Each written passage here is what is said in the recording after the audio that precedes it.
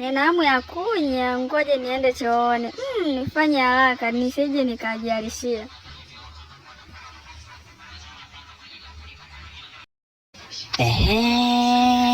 Nimemwonelea anaenda kunya yule. Ngoja nikamchungulie. Ndo tulia hapo taratibu. Hapo taratibu. Ngoja nipande hapa.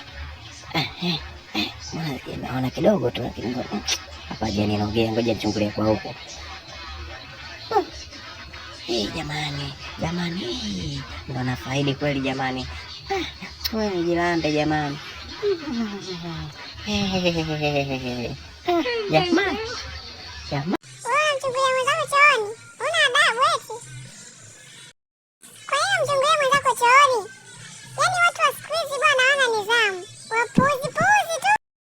Hapana mama, mimi sijamchungulia, msiyachungulia uongo tu ananisingizia huyu.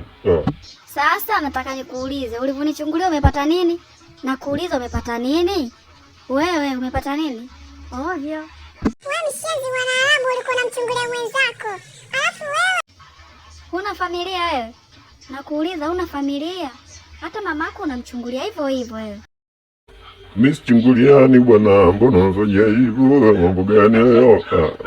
Na usema kwa bibi.